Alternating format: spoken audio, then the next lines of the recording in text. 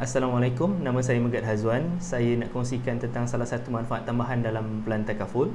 Okey, yang saya akan kongsikan kali ini ialah berkenaan dengan medical card. Okey, dan salah satu medical card yang ada dengan Pru BSN ialah Medic Protector. Jadi, kita akan go through manfaat Medic Protector ni secara detail. Okey, kalau kita tengok ada 4 plan untuk Medic Protector ni. Ada plan 100.5, plan 200, plan 300 dan plan 400. Okey, tu cuma nama plan, bukannya caruman yang kita perlu bayar bulan-bulan. Okey, apa yang kita boleh tengok is perbezaan dia is first harga bilik. So maksudnya kalau plan 200 tu kita cover bilik harga 200 sehari. And kalau bilik plan 400 tu kita cover bilik 400 sehari lah. And katalah kita ambil plan 200, lepas tu bilik yang kita masuk tu charge dia RM220. Okay, so RM20 tu klien kena bayar sendirilah, sebab pihak Pru BSN cuma akan bayar 200 sahaja ikut plan tu. Okay, so lepas tu apa yang kita cover ialah kalau perlukan rawatan ICU. Okay, so ICU tu kita akan cover 120 hari setahun. Lepas tu katalah perlukan prosedur pembedahan ataupun rawatan, so maksudnya masuk hospital perlu buat operation. Okay, so operation tu kita akan tanggunglah kos dia. Lepas tu perkhidmatan dalam hospital yang berkaitan dengan perubatan.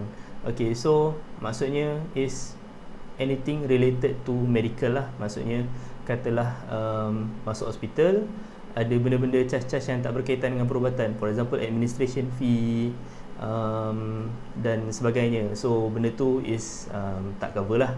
Okay, next kita tengok. Yang tadi tu kalau perlukan admission, sekiranya tak admit, cuma rawatan pesakit luar sahaja, outpatient, pun kita akan still cover certain items lah. For example, pembedahan harian. Okay, pembedahan harian ni atau senang faham dia is kita perlukan operation, pembedahan yang tak perlu admit. Yang simple je, maybe datang pagi, balik petang, datang tengah hari ke half day je. Okay, so that one is pembedahan harian.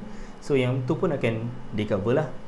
Next is penjagaan jururawat. Okay, kalau kita tengok ada setengah plan yang kita cover penjagaan jururawat ni. Okay, so maksudnya kalau doktor advice perlukan ada nurse ke dekat rumah ke, so yang tu kita cover lah untuk tempoh beberapa hari. Okay, dan seterusnya rawatan sebelum masuk hospital dan selepas masuk hospital. Okay, saya ambil contoh mudah lah. Okay, katalah dengue. Okay, biasa orang yang kena dengue ni dia tak tahu yang sama ada benda tu dengue ke, demam biasa ke. Okay, so apa yang normally orang akan buat, orang akan pergi ke klinik sekali, 2 kali. Lepas tu bila dah kali ketiga, doktor tengok tak ada apa-apa improvement, so doktor akan advise ke hospital. So bila pergi hospital buat blood test and everything, so hospital kata ni dengue and doktor kata perlu admit. Okay, so lepas tu admit mungkin untuk beberapa hari, 4-5 hari. Lepas habis tu dia akan discharge lah. Okay, so sepanjang admission tadi tu kita akan cover lah dia punya kos rawatan. Okay, ikut harga bilik yang kita pilih, ikut kalau perlu ada prosedur masa tu. Okay, so lepas discharge tu normally untuk dengue memang akan ada follow up untuk check balik platelet ke apa ke kan. Okay, so yang tu pun akan di cover. So maksudnya yang sebelum tadi, yang kita pergi klinik tadi beberapa kali visit tu, and also yang follow up lepas kita discharge, so yang tu pun akan ditanggung lah, kita boleh claim. Yang ni pula treatment outpatient untuk cancer dan juga kidney dialysis. Okay, macam kita semua tahu, kidney dialysis ni saya tak pernah dengar lagi lah orang admit untuk buat kidney dialysis. And ada juga rawatan cancer yang cuma outpatient sahaja, maksudnya tak perlukan admission. Okay, and benda ni pun kita cover walaupun tak admit. Okay, dia tertakluk pada ada had sepanjang hayat lah. For example, kalau macam plan 200 tu 1 juta sepanjang hayat. Sepanjang hayat ni maksudnya daripada kita ambil hari ni sampailah polisi tu habis ataupun sampai kita meninggal dunia lah. Yang tu yang kita maksudkan dengan sepanjang hayat, whichever comes first. And kalau kita rasa 1 juta untuk plan 200 tu tak cukup, there is an option. Kita ada option untuk tambah Medic Booster. So Medic Booster ni apa dia akan buat? Dia akan tambah kita punya had sepanjang hayat untuk rawatan kanser and juga rawatan kidney dialysis. Okay, so daripada 1 juta tu dia jadi 2 juta lah. Ataupun kalau macam plan 400 tu daripada 2 juta dia jadi 4 juta.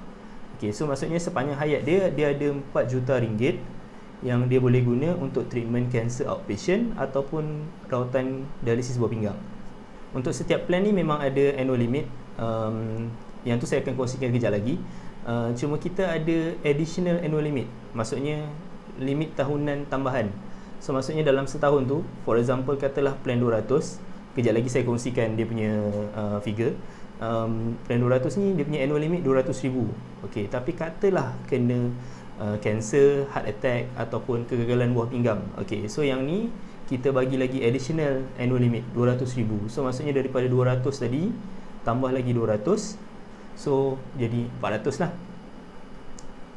Okey, kan. Okey, so dia jadi double annual limit. Untuk setiap plan kita ada RM100 allowance kalau perlu buat kemoterapi, radioterapi, dialisis buah pinggang dan juga penjagaan susulan untuk jantung. Okey, for example, katalah orang tadi tu kena dialisis.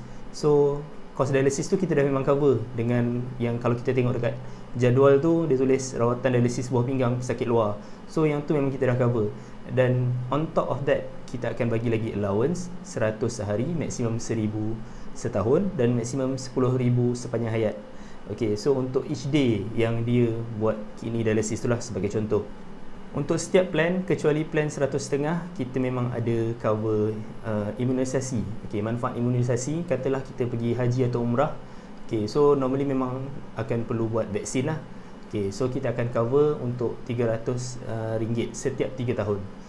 So maksudnya kalau pergi setiap 3 tahun, setiap 3 tahun tu boleh claim lah 300 tu. Okay, and untuk semua plan kita akan cover manfaat hospital kerajaan.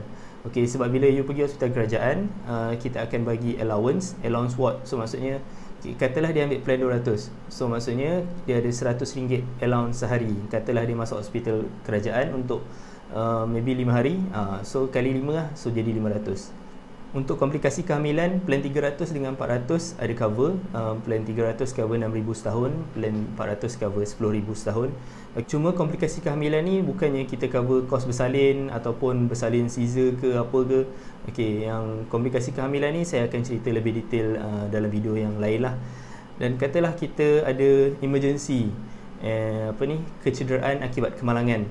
Okey, so kita akan cover, semua plan akan cover, cuma amount yang kita cover setahun tu berbeza lah. Okey, for example plan 100.5 dengan plan 200 kita cover 1,500 setahun, plan 300 dengan plan 400 kita cover 2,000 dan 3,000. Okey, so maksud dia apa? Maksud dia katalah kita accident. Okey, accident ni tak kisahlah dekat tempat kerja ke, dekat rumah ke, dekat pejabat ke, dekat jalan raya ke. Okey, so walaupun tak admit, so kita akan cover lah for that amount. Okey, untuk setiap plan, ni sebenarnya antara benda yang paling penting lah. Okey, untuk setiap plan kita ada had tahunan. Okey, had tahunan dia berbeza untuk setiap plan. Okey, for example plan 100.5 kita punya had tahunan 150,000 dan kita punya plan 400 limit setahun dia is 400,000. Apa maksud had tahunan? Okey, had tahunan ni sebenarnya is amount yang kita cover dalam masa setahun. Katalah dia ambil pada bulan Mac. Okay, pada bulan Mac tahun 2020. So sampai bulan Mac 2021, itulah amount dia yang kita cover. Katalah 200,000, so 200,000 lah. So kalau amount bill hospital tu lebih daripada 200,000, contohnya 210,000, so 10,000 tu klien perlu bayar sendiri. Dan macam saya cerita tadi, kita ada option untuk tambah medic booster. So bila kita ambil medic booster ni, kita punya annual limit akan increase sebanyak 1 million. Okay, so sebagai contoh plan 200 ni dia akan jadi 1.2 million lah. Okay, so dia ada pertambahan dalam 1 juta. Dan untuk semua plan kita tak ada had sepanjang hayat. Had sepanjang hayat ni maksudnya macam yang saya explain sebelum tadi lah. Maksudnya berapa banyak yang kita boleh guna sepanjang hayat kita. Okay, itu sedikit lah pasal benefit Medic Protector ni. Okay, so kalau kita tengok antara features dia yang menarik is sepanjang hayat dia unlimited and annual limit dia besar. For example plan 200 had tahunan dia 200,000, and kalau kita kena cancer, heart attack ataupun kidney failure, limit tu akan jadi double, jadi 400,000 without kita attach dengan medic booster sekalipun. Itu sedikit tentang Medic Protector. Jika anda ada sebarang soalan ataupun ada nak tanya apa-apa, boleh hubungi saya melalui WhatsApp ataupun di Facebook page saya. Sekian, terima kasih.